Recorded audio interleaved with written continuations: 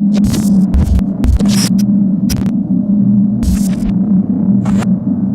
to Coaches Weekly. I'm CJ Sellner here with head baseball coach Mike Stosky. Coach, first off, congratulations, second straight World Series appearance. You guys really had to work for it. Your thoughts?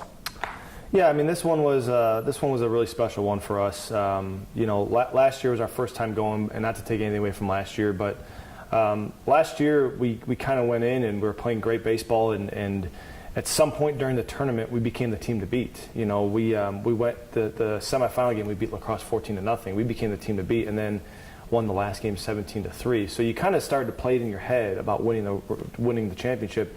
This time we were not the team to beat. This time, even though we were the 1 seed, we had lost game 3, and then we had to climb all the way back out of the losers bracket. And so for us to do what we did on the final day, for us to over the final 3 games to get the pitching performances that we got out of 3 seniors, no doubt, it just felt different to us. It felt a little more special only because it felt like we had to really, really earn this one. And I think that's what you saw come out of the coaching staff and the team when that final out was recorded. You saw that kind of wave of emotion that hit us because we just felt like we had worked so much harder for this one. I mean, you talked about those seniors. Those 3 just put on a pitching performance, really, that a lot of people might not see again. To put 3 performances like that together with the pressure that they had on them, that your career could have ended at any point. I mean, we got the three, not most important, but legitimately the 3 best pitching performances of our season in 3 elimination games in a row from seniors. So it wasn't a coincidence that we put seniors out there. There were guys that were ready. Guys like Noah Dressler we talked about throwing, who's a sophomore. But we talked about, if I'm going to lose, I'm going to lose with a guy on the mound that's been here for 4 years and has taken us to where we are. And those guys didn't want to be the reason why we went home. And you could see that every single inning that those games went on, that they were more and more locked in on, I just got to get it to the next guy because I'm not going to be the reason why we lose today. And what can you say? I just stood back in amazement and just watched those guys work. We have to talk about Jose Mercado. He was not named player of the tournament. Mike Formella got that, very deservingly so. But if there was like a 1B, I think it might have been Jose. Yeah, without question. I think even Mike would probably tell you that Jose was deserving of it. But, Jose, I think I said it during the tournament that, you don't expect your leadoff hitter to be the production. You hope that he's productive and he can kind of make some things happen. He's supposed to be a table setter. But he was the one that was doing everything for us. I mean, every time there was a big chance for him to get in that big at-bat, he took it and did it. So, yeah, I mean, Jose was tremendous. And then, the thing that I loved about him most was that, in the last game he had a tough error. And it led to a run. And, the kind of game, the momentum shifted in that game. Next ball gets hit to him, he makes the play. Final out of the game gets hit to him, he makes the play. And that's what Jose is. Jose's just a ball player. And I told him after that error, he was the reason why we were in that position. Without Jose Mercado, we aren't getting to championship Sunday. So it was pretty fitting that he recorded the last out because he was probably our best player all weekend. You talk about a momentum shift. It was Mitch Wilson that delivered it. We kind of joked about it in the post-game press conference, but got all of that one and right when you guys needed it. Yeah, I actually just watched the video for the first time today. A lot of times, I'm not locked in on every single swing. I got other stuff going on. So I got to actually see it in slow motion. I got to see it come out. And I said to Coach Conway when we were watching the video, that's the best swing he's ever taken as a Cougar. And, people don't realize is he struck out 4 times before that. So talk about a guy that just can erase what's going on and be there for the team. He's not worried about his first 4 at-bats. He's like, man, if I can have a good at-bat now, we got a chance to win it. And, man, he had a good at-bat. So that obviously was a turning point. That was what put us ahead again and probably sealed the game for us. Besides crazy finishes and all the stress this weekend, cool thing for you guys, that Bethany Lutheran game, that finish will never be forgotten, and it's etched into CUC lore now. But you guys got to be on ESPN, Sports Center. You saw it on Around the Horn. How was that for you personally and for this program? Oh, it was so cool. Those are things that kids dream of, being on the bottom line and being in highlights and in the Sports Center top 10 stuff.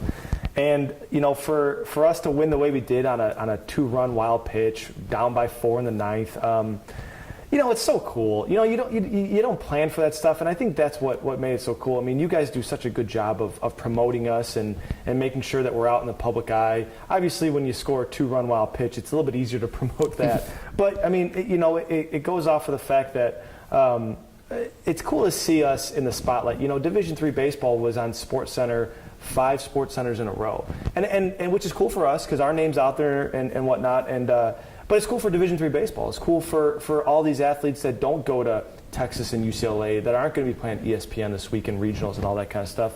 That they get their literal 15 seconds of fame this week. So, but I mean, without stuff that you do and our sports department does, that doesn't happen. So, you know, obviously a hats off to all the people that work behind the scenes and behind the cameras that don't get credit, like yourself and Jim and those guys, because without your coverage, Scott Van Pelt ain't talking about us. It was a shock to me. Scott Van Pelt's one of my heroes. Sure. So, but now you guys get to play in front of what is considered a national audience now. You guys head back to Appleton for the 2nd year in a row. You get Swarthmore. We think we're pronouncing that right at this point. But you guys get it as the 2 seed, so you guys get to play a 4:30 game. It sets up kind of ideally for you guys when you look at it in that pod. Yeah, it's good. I mean, we're excited about the matchup. We got 3 really good teams in our pod. I know how good Worcester and Texas Lutheran are, and we're learning a little bit more about Swarthmore now with our all the reporting we're doing on it. So it's a really good pod, and it's going to take a lot. It's going to take a really good team to get out of it. But you know, us being there before is going to help us. There's no doubt. The experience is going to help us. I may have alluded to this earlier. You know, last year you kind of got caught looking around and get caught in the moment of the World Series. I think this year, while I want our guys to enjoy the journey to the World Series, I think when they get there, they're not going to get caught staring at the lights this time. They're going to be ready to play. And the other thing that, you know, I think is a real good advantage for us is we're 7-1 in elimination games this year. So I don't want to be in an elimination game, but every single team that played in the World Series last year had an elimination game. They all faced at least one. So I would assume at some point we will. If we win 5 in a row, then we won't. But you know, the character of this team, you know, I think now has come to the point where, no offense to our opponent, but it doesn't matter who our opponent is. We're playing our game. You know, whether we're going to play Oshkosh in a doubleheader on a Sunday or we're going to play the opening round of the World Series, our game isn't going to change. So I think that's what we're trying to focus on these next 2 days. But at the same time, we're just also trying to focus on enjoying this last week together because, you know, we're guaranteed 1 more week, we're guaranteed 2 games, and we want to make sure that we enjoy that process. We're going to practice here in a second, and I'm excited about seeing the guys. I haven't seen them since Sunday night. So they had yesterday off.